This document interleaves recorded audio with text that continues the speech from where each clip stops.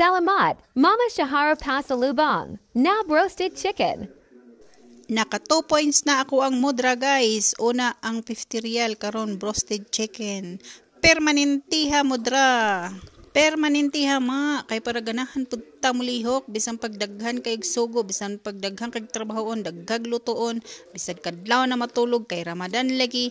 Okay lang basta na ay pampagana. Chokes lang kay na bisan pag matulog tagkadlawon, perting daghan ang lutoon, fights na gihapon.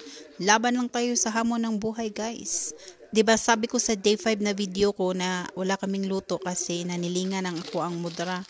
Pumunta siya sa anak niya, doon siya nagfator. Sabi niya, o sasama ba daw ako o hindi? Sabi ko, hindi. Hindi naman ako pinilit. So, dito na lang ako sa bahay. So, tumawag ang mama ko around 11 p.m. Nagtanong kung ano daw yung sahur ko kasi fasting ako. Ang sabi ko, titingnan ko kung anong gagawin ko. Sabi niya, wag na daw ako magluto kasi bibilhan niya ako ng roasted chicken. O, diba, alam niya yung mga paborito ko.